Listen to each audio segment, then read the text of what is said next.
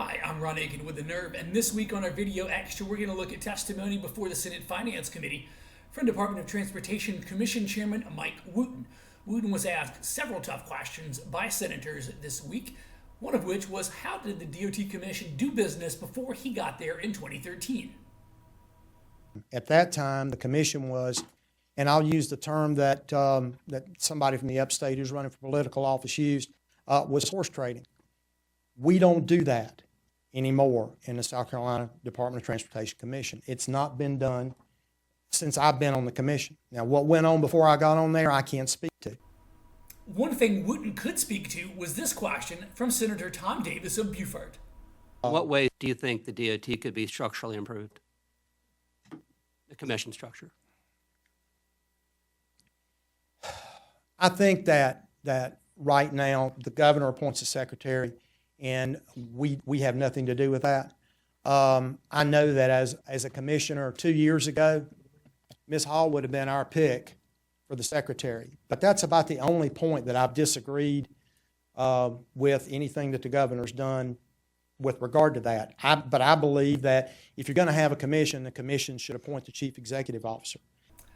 Davis put Wooten on his heels a little bit when he asked about the nature of Wooten's service and whether or not he felt beholden to the legislature for his position. You're not at will, are you? No, sir. So you're not at the discretion? No, but if the gentleman in my district asked me to step down, I'd do it. So the legislature has a considerable amount of control or influence over you?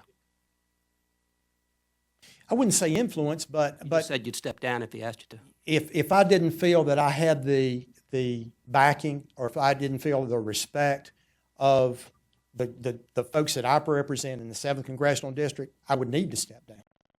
Up next, Wooten takes questions from Senator Larry Grooms of Berkeley County, who also serves as the chairman of the Senate's Transportation Committee. He asked him specifically about potholes and what is a DOT commissioner's role in fixing them. Does the commission, do you set individual, or do you set the maintenance budget for the DOT? No, sir. We approve it. The staff sets it. So if I have an issue with potholes in my district, which would be a maintenance issue, and I want to hold someone accountable, isn't the secretary and the employees of the DOT, don't the employees of the DOT work for the secretary? Yes, sir, they do. But let me step in there. Another job that we do as commissioners, and I know that all of us do this. If one of the legislators in my district has a specific problem about an area, instead of bothering the secretary who is up here, they usually will call one of us. I know that I get calls, probably 7 or 8 calls a week from constituents and from legislators about a pothole here or a traffic signal that's not functioning there. And because of my involvement over the years as a member of the commission, I know who to direct that question to. So in the chain of command at DOT, it gets to the right person immediately and the problem gets fixed quicker. I didn't mean for you to take that I'm influenced by any of that. It's my ability to serve my constituents no matter where. If somebody calls me from Columbia and they got a problem, I give them John's phone number. Or if in Spartanburg, I give them Woody's phone number because they know the guys that are in the local office. And I don't want anybody to think that any of the legislators in my district use undue influence. It's if you know who to call, why bother the chief executive over a pothole? If I can call the district engineer in Florence or the guy in Georgetown who I know personally and say, look, there's a pothole and so, put it on your schedule, which is exactly what I do.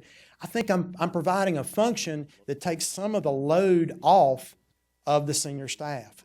One of the more interesting exchanges of the day took place between Senator Nikki Setzler and Wooten about the role economic development plays in weighting projects, leading Wooten to sort of show his hand, sort of being an understatement, about his feelings towards the environment. Our goal as a commission in asking for that change was to try to move some of these economic development projects up a little bit. But we couldn't take away from safety.